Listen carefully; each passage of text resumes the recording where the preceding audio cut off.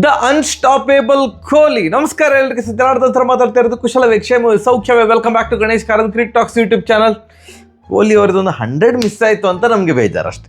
Match Bharat win ಆಯಿತು. India versus New Zealand first ODI ಅನ್ನು ಭಾರತ 4 ವಿಕೆಟ್ಗಳಿಂದ ಗೆದ್ದಿದೆ. ಇನ್ನೂ ಸಹ ಮ್ಯಾಚ್ ಮುಗಿಲಿಕ್ಕೆ ಅಥವಾ 50 ಓವರ್ ಆಗಲಿಕ್ಕೆ ಇನ್ನೂ ಸಹ 1 ಓವರ್ ಇತ್ತು. 49 ಓವರಿಗೆ ಮ್ಯಾಚ್ ಮುಗಿದ್ರು. ಬಟ್ ನಿರಾಯಾಸವಾಗಿ ಗೆಲ್ಲಿಲ್ಲ.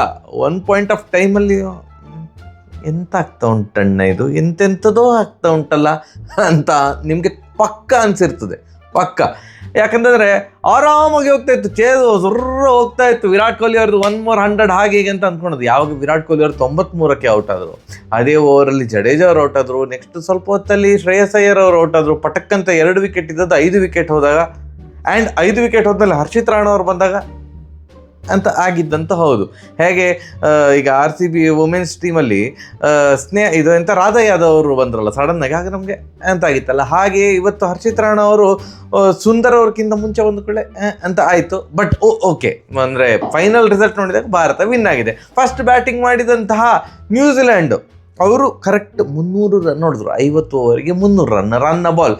ಇವಾಗಿನ ಒಂದು ಕಾಲಘಟ್ಟದಲ್ಲಿ ಏನು 50 ಓವರಲ್ಲಿ 340 350 ಎಲ್ಲ ಟೀಮ್ ಅಥವಾ ಕನ್ಸಿಸ್ಟೆಂಟಾಗಿ 300ರ ಮೇಲೆ ಒಂದು ಟೀಮ್ ಹೊಡಿಸ್ಕೊಳ್ತಾ ಇರುವಾಗ, ಸೊ 300ಕ್ಕೆ ನಿಯಂತ್ರಿಸಿದ್ದು ನಮಗೇನು ಅಂದರೆ ಬೇಜಾರೆಲ್ಲ ಆಗಲಿಲ್ಲ. ಇಲ್ಲದ್ರೆ ಒಂದು ಕೆಲವು ವರ್ಷಗಳಿಂದ 300 ಅಂತ ಹೋದ್ರು, 300 ರನ್ ಹೊಡಿಸ್ಕೊಂಡ್ರು ಮಾರೆ ಹಾಗೆ ಹೀಗೆ ಅಂತ.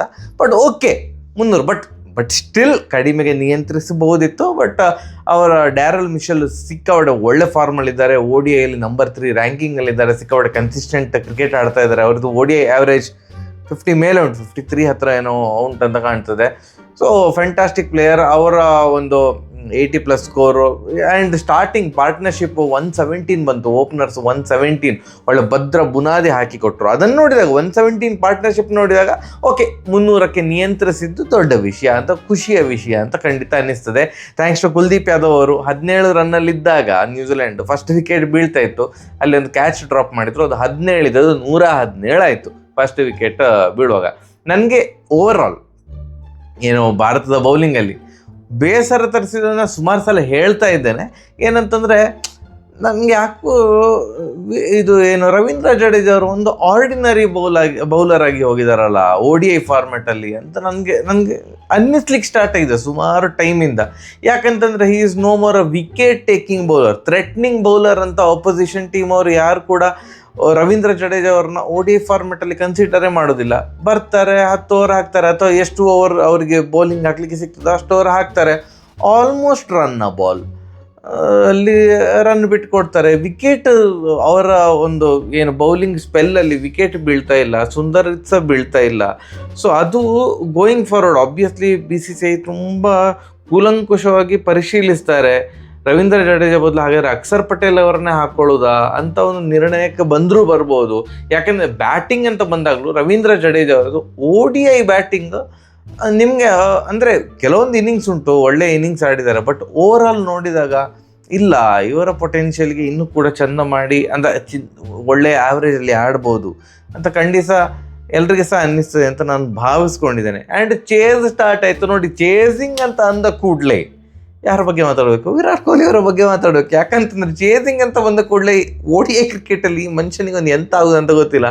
ಅದಕ್ಕಿಂತ ಮುಂಚೆ ಒಂದು ಒಳ್ಳೆ ಓಪನಿಂಗ್ ಬಂತು. ಗಿಲ್ ಅವರು ಸ್ವಲ್ಪ ಭಾರಿ ಒದ್ದಾಡ್ತಾ ಇದ್ರು. ಆ್ಯಂಡ್ ರೋಹಿತ್ ಶರ್ಮಾ ಅವರದು ಆ ಒಂದು ಇಂಟೆಂಟ್ ಭರಿತ ಆಟ, ಒಂದು 6 ಅದೆಲ್ಲ ಗೊತ್ತುಂಟಲ್ಲ, 2 6 ಡಮ್ ಅಂತೆಲ್ಲ ಹೊಡೆದು ಓಕೆ ಒಂದು ಅಂದರೆ ಸ್ಟಾರ್ಟಿಂಗ್ ಓಪನಿಂಗ್ ಪಾರ್ಟ್ನರ್ಶಿಪ್ಪಲ್ಲಿ ಜಾಸ್ತಿ ಪಾಲುದಾರರು ಆಬ್ವಿಯಸ್ಲಿ ಇದ್ದದ್ದು ನಮ್ಮ ರೋಹಿತ್ ಶರ್ಮಾ ಅವರು. 26 ರನ್ ಹೊಡೆದು ಔಟ್ ಆದರು. 29 ಬಾಲಿಗೆ 29 ಬಾಲಿಗೆ 26 ರನ್ ಹೊಡೆದು ಔಟ್ ಆದರು. ಅಲ್ಲಿಯ ತನಕ ಗಿಲ್ಲು ಒದ್ದಾಡ್ತಿದ್ರು.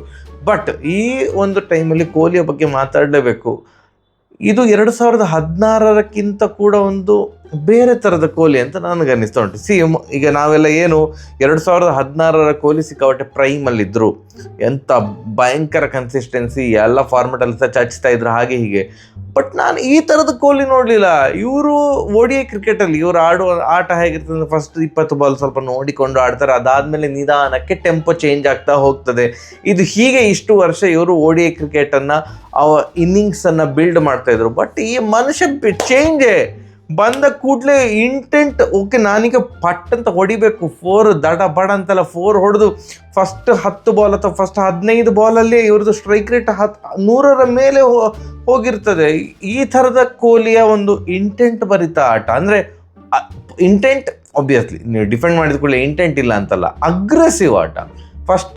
ಫಸ್ಟ್ ಸ್ಟೇಜಲ್ಲಿ ಒಂದು 10-15 ಬಾಲ್ ಇವರು ಈ ಥರ ಅಗ್ರೆಸಿವ್ ಆಡಿದ್ದನ್ನು ನಾನು ಮೊದಲು ನೋಡಿರಲಿಲ್ಲ. ಬಟ್ ಇದು ಸೌತ್ ಆಫ್ರಿಕಾ ಸೀರೀಸ್ ಆಗಿರ್ಬೋದು, ಇವತ್ತಿನ ಮ್ಯಾಚ್ ಆಗಿರ್ಬೋದು, ಸ್ಟಾರ್ಟಿಂಗಿಂದವೇ ಅಗ್ರೆಸಿವ್ ಕ್ರಿಕೆಟಿಗೆ ಹೋಗ್ತಾ ಇದ್ದಾರೆ. ಸೂಪರ್. ಇವರು ಆಡ್ತಿದ್ದಂತಹ ಒಂದು ಇನ್ಸೈಡ್ ಎಜ್ಜಾಗಿ ಒಂದು 4 ಹೋಯ್ತು ಬಿಟ್ಟರೆ ಇವರ ಆಟದಲ್ಲಿ ಕಪ್ಪು ಚುಕ್ಕೆ ಇರಲಿಲ್ಲ. ಇವತ್ತು ಇನ್ನೊಂದು 100 ಬರ್ತದೆ ಚಿಂದಿ ಚಿತ್ರಾನ್ನ ಅಂತ ಅಂದ್ಕೊಂಡದು. ಬಟ್ 93 ರನ್ನಲ್ಲಿದ್ದಾಗ ಅವರೊಂದು ಕ್ಯಾಚ್ ಕೊಟ್ಟು ಔಟ್ ಆದರು. ಅದು ಕೂಡ ಏನು 4 ಅಂದರೆ 4 ಅಥವಾ 6 ಹೊಡೆಯುವ ಧಾವಂತದಲ್ಲಿ ಅವರು ಕ್ಯಾಚ್ ಕೊಟ್ಟು ಔಟ್ ಆದದ್ದು. ಹಾಗೆ ಶ್ರೇಯಸ್ ಅಯ್ಯರ್ ಅವರದು ಒಳ್ಳೆಯ ಕಾಂಟ್ರಿಬ್ಯೂಷನ್ ಇತ್ತು. ಹೇಗೆ ವಿರಾಟ್ ಕೊಹ್ಲಿ ಅವರು ಶತಕದಿಂದ ವಂಚಿತರಾದರು, ಶ್ರೇಯಸ್ ಅಯ್ಯರ್ ಅವರು ಅರ್ಧ ಶತಕದಿಂದ ವಂಚಿತರಾದರು. 49ಕ್ಕೆ ಔಟ್ ಆದರು. ಅದಕ್ಕಿಂತ ಮುಂಚೆ ಗಿಲ್ ಅವರು ODI ಕ್ರಿಕೆಟಲ್ಲಿ ನಾನು ಪ್ರಿವ್ಯೂ ವಿಡಿಯೋದಲ್ಲಿ ಹೇಳಿದ್ದೆ, I am happy about Gill, ನನಗೆ ಏನು ಕಂಪ್ಲೇಂಟ್ ಏನಿಲ್ಲ. ಅವರೊಂದು 56 ರನ್ ಹೊಡೆದ್ರು. ಕೆಲವರು ಹೇಳ್ಬೋದು ಸ್ಲೋ ಆಯ್ತು ಹಾಗೆ ಹೀಗೆ ಅಂತ. ಬಟ್ ಸ್ಟಾರ್ಟಿಂಗ್ ಒಂಚೂರು ಒದ್ದಾಡಿದ್ರಲ್ಲ, ಅದಕ್ಕೆ ಕಂಪೇರ್ ಮಾಡಿದರೆ ಕೊನೆಗೆ ಸ್ವಲ್ಪ ಸುಲಲಿತವಾಗಿ ರನ್ ಹರಿದು ಬರ್ತಾ ಇತ್ತು. ಇನ್ನೇನು ಅವರು ಟೆಂಪೋನ ಇನ್ನೊಂದು ನೆಕ್ಸ್ಟ್ ಶಿಫ್ಟ್ ಮಾಡಬೇಕು ಅನ್ನುವಷ್ಟರಲ್ಲಿ ಅವರು ಔಟ್ ಆದರು. But still it was a good innings. ಒಂದು ತಂಡದ ಚೇಸಿಂಗಿಗೆ ಓಕೆ ಬೇಕಾಗುವಂತಹ ಇನ್ನಿಂಗ್ಸೇ ಆಗಿತ್ತು. ಯಾವಾಗ ವಿರಾಟ್ ಕೊಹ್ಲಿ ಅವರು ಔಟ್ ಆದರು ಆವಾಗ ನನಗೆ ಬೇಜಾರಾದದ್ದು, KL ರಾಹುಲ್ ಅವ್ರನ್ನ ಕಳಿಸೋ ಬದಲು ರವೀಂದ್ರ ಜಡೇಜಾ ಅವ್ರನ್ನ ಕಳಿಸಿದ್ರು. ಅಂದರೆ ಇದು ಮುಗಿತಾನೆ ಇಲ್ಲ ಎಕ್ಸ್ಪೆರಿಮೆಂಟ್. ಯಾಕೆ ರವೀಂದ್ರ ಅವರು ಈಗ ಆಯ್ತು ವರ್ಲ್ಡ್ ಕಪ್ಪಿಗೆ ಅವರೇ ಆಡ್ತಾರೆ ಅಂತ ಇಟ್ಕೊಳ್ಳಿ, ಆ ಪೊಸಿಷನ್ನಲ್ಲಿ ಆಡ್ತಾರ ಇಲ್ಲ, ಯಾವ ಪೊಸಿಷನಲ್ಲಿ ಯಾರ್ಯಾರು ಆಡಬೇಕು ಅಂತ ನೀವು ನಿರ್ಧಾರ ಮಾಡಿಕೊಂಡಿದ್ದೀರೋ ಅವರಿಗೆ ಅದೇ ಪೊಸಿಷನ್ನಲ್ಲಿ ಮ್ಯಾಚ್ ಪ್ರಾಕ್ಟೀಸ್ ಕೊಡಿ. ಯಾಕೆ ಜಡೇಜನ ಅಪ್ ದ ಆರ್ಡರ್ ಕರ್ಕೊಂಬಂದ್ರು ನಂಗೆ ಗೊತ್ತಾಗಲಿಲ್ಲ. ಒಂದೇ ಓವರಲ್ಲಿ ವಿರಾಟ್ ಕೊಹ್ಲಿ ಅವರು ಔಟ್ ಆದರು, ಜಡೇಜಾ ಅವರು ಕೂಡ ಔಟ್ ಆದರು. ಅದಾದಮೇಲೆ ಶ್ರೇಯಸ್ ಅಯ್ಯರ್ ಅವರು ಔಟ್ ಆದರು. ಜಡೇಜಾ ಅವರು ಔಟ್ ಆದಮೇಲೆ ರಾಹುಲ್ ಅವರು ಬಂದರು. ಸ್ವಲ್ಪ ಹೊತ್ತಾದಮೇಲೆ ಶ್ರೇಯಸ್ ಅಯ್ಯರ್ ಅವರು ಕೂಡ ಔಟ್ ಆದರು. 234ಕ್ಕೆ ಎರಡಿದ್ದದ್ದು 242ಕ್ಕೆ 5 ವಿಕೆಟ್ ಡಮ್ ಅಂತ ಹೋಗಿ ಆಗಿದೆ. ಸೊ ಆವಾಗ ಎಲ್ಲ ಏನು ಅಂದ್ಕೊಳೋದು, ಓಕೆ ಈಗ ಏನು ನಮ್ಮ ಪಾಂಡ್ಯ ಅವರೆಲ್ಲ ಇಲ್ಲ, ಸರಿ ಸುಂದರ್ ಅವರು ಇದ್ದಾರೆ. ಈಗ ಬ್ಯಾಟಿಂಗ್ ಆಲ್ರೌಂಡರ್ ಅಂತ ಗುರುತಿಸಿಕೊಂಡಿರುವಂಥ ಸುಂದರ್ ಅವರು ಬರ್ತಾರೆ ಅಂತ ಅಂದ್ಕೊಂಡ್ರೆ ಹರ್ಷಿತ್ ರಾಣಾ ಅವ್ರನ್ನ ಕಳಿಸಿದ್ರು ಮಾರ್ರೆ 5 ವಿಕೆಟ್ ಹೋದ್ಮೇಲೆ ಎಲ್ರಿಗೆ ಸಹ ಶಾಕ್. ಹರ್ಷಿತ್ ರಾಣವ ಅಂದರೆ ಇಂಡೈರೆಕ್ಟ್ಲಿ ಅಂತ ಹೇಳ್ತಿದ್ದೀರಿ ಅಂತಂದರೆ ನೀವು ಇವರನ್ನ ಹಾರ್ದಿಕ್ ಪಾಂಡ್ಯ ಅವರ ಥರ ನೋಡ್ತಾ ಇದ್ದೀರಾ. ಹಾರ್ದಿಕ್ ಪಾಂಡ್ಯ ಅವರು ಆಬ್ವಿಯಸ್ಲಿ ODI ವರ್ಲ್ಡ್ ಕಪ್ ಆಡ್ತಾರೆ, ನನ್ನ ಪ್ರಕಾರ ಆಡ್ತಾರೆ.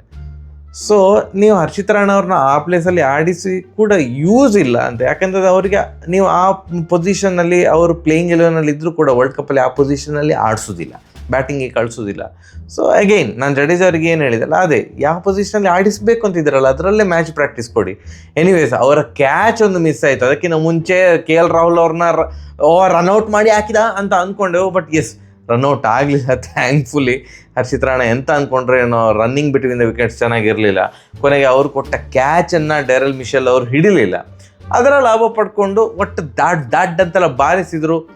23 ಬಾಲ್ಗೆ 29 ರನ್ ಹೊಡೆದ್ರು. ಆ ಒಂದು ಸಿಚುವೇಶನಲ್ಲಿ ಸಿಕ್ಕಾಪಟ್ಟೆ ಯೂಸ್ಫುಲ್ ರನ್ಸ್, ನಾನು ಇಲ್ಲ ಅಂತ ಹೇಳೋದೇ ಇಲ್ಲ, ಯೂಸ್ಫುಲ್ ಕಾಂಟ್ರಿಬ್ಯೂಷನ್ ಕೊಟ್ಟಿದ್ದಾರೆ ಹರ್ಷಿತ್ ರಾಣಾ ಅವರು ಬ್ಯಾಟಿಂಗಲ್ಲಿ. 23 ಬಾಲಲ್ಲಿ 29 ರನ್, 2 4 1 6.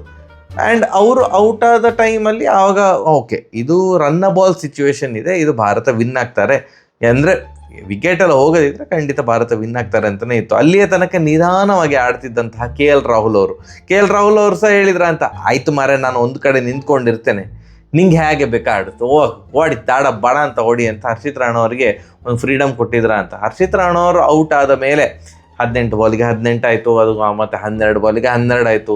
ಲಾಸ್ಟ್ ಓವರ್ ತನಕ ತಗೊಂಡೋಗ್ತಾರ, ಯಾಕೆ ರಿಸ್ಕ್ ಅಂತ ಅಂದ್ಕೊಳ್ತಿರುವಾಗ KL ರಾಹುಲ್ ಅವರು 4-4-6 match finish.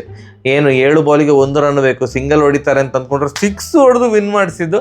So at the end KL Rahul ಅವರು ಕೂಡ 29 ರನ್ ಹೊಡೆದ್ರು. ಹರ್ಷಿತ್ ರಾಣಾ ಅವರು 23 ಬಾಲಿಗೆ 29 ರನ್ ಹೊಡೆದ್ರೆ KL ರಾಹುಲ್ ಅವರು ಹಲೋ ನಾನು 21 ಬಾಲಿಗೆ 29 ಹೊಡಿತೇನೆ ಅಂತ ಅವರು ಕೂಡ 2 4 1 ಬೌಂಡ್ರಿ ಮುಖಾಂತರ 21 ಬಾಲಿಗೆ 29 ನಾಟ್ ಔಟ್.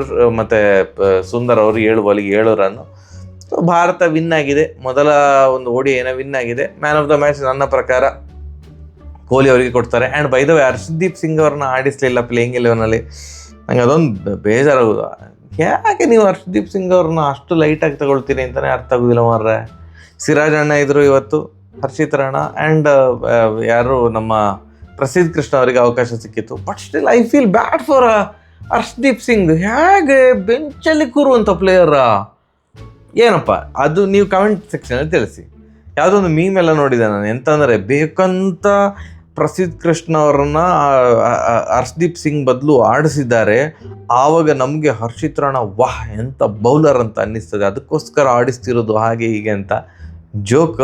ಬಟ್ ಎನಿವೇಸ್ ನನಗೆ ಸ್ವಲ್ಪ ಬೇಜಾರಾಯ್ತು, ಹರ್ಷದೀಪ್ ಸಿಂಗ್ ಅಂತ ಒಂದು ಬೌಲರ್ನ ನೀವು ಯಾಕೆ ಬೆಂಚಲ್ಲಿ ಇಟ್ಟಿದ್ದೀರಿ ಅಂತ. ಎಸ್, ಕೊಹ್ಲಿ ಅಣ್ಣ ಯಾಕೆ 100 ಮಿಸ್ ಮಾಡಿಕೊಂಡ್ರು. ಎಸ್ ಸರಿ, WPL ಇದು ನಾಳೆ ಬೆಳಿಗ್ಗೆ ಬರ್ತದೆ ಆಯಿತಾ. ನಂಗೆ ಕರೆಕ್ಟಾಗಿ ನೋಡ್ಲಿಕ್ಕೆ ಹೋಗಲಿಲ್ಲ, ನಾನು ಈ ಮ್ಯಾಚ್ ನೋಡ್ತಾ ಇದ್ದೆ. ನಾಳೆ ಬೆಳಿಗ್ಗೆ ಇವತ್ತಿನ WPL ಮ್ಯಾಚಿದು ವಿಡಿಯೋ ಬರ್ತದೆ. ಯಾರು ವಿನ್ ಆಗ್ತಾರೆ? ನನ್ನ ಪ್ರಕಾರ ಗುಜರಾತ್ ವಿನ್ ಆಗ್ಬೋದು ಅಂತ ಅಂದ್ಕೊಳ್ತಿದ್ದೆ. ಸರಿಯಾಗಿ ಬರುವ, ನಮಸ್ಕಾರ.